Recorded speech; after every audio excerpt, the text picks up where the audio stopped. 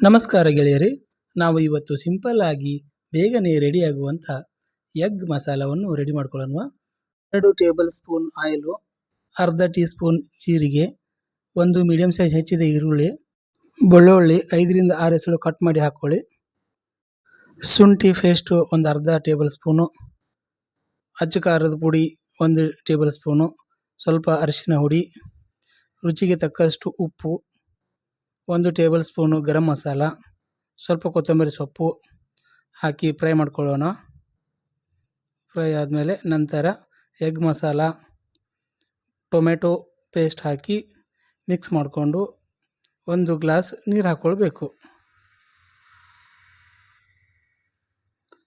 ನಂತರ 4 ಮೊಟ್ಟೆಗಳನ್ನು ಈ ಥರ ಒಂದೊಂದಾಗಿ ಒಂದೊಂದು ಪ್ಲೇಟಲ್ಲಿ ಹಾಕ್ಕೊಂಡು ಸ್ವಲ್ಪ ಹೊತ್ತು ಕುದಿ ಬಂದಾದಮೇಲೆ ಮೊಟ್ಟೆ ಎಲ್ಲ ಹಾಕ್ಕೊಂಡು ಮೇಲೆ 2 ಹೆಂಚಿದ ಹಸಿಮೆಣಸನ್ನು ಈ ಥರ ಕಟ್ ಮಾಡ್ಕೊಂಡು ಹಾಕ್ಕೊಳ್ಳಿ. ಸ್ವಲ್ಪ ಕೊತ್ತಂಬರಿ ಸೊಪ್ಪು ಹಾಕಿ 5ರಿಂದ 10 ನಿಮಿಷ ಬೇಯಿಸಬೇಕು. ಬೇಯಿಸಾದ್ಮೇಲೆ ನೋಡಿ, ಇವಾಗ ಮೊಟ್ಟೆ ಬೆಂದು ಬಂದಿದೆ. ಈಗ ಸಿಂಪಲ್ ಎಗ್ ಮಸಾಲ ಸವಿಯಲು ಸಿದ್ಧವಾಗಿದೆ. ನಮಸ್ಕಾರ.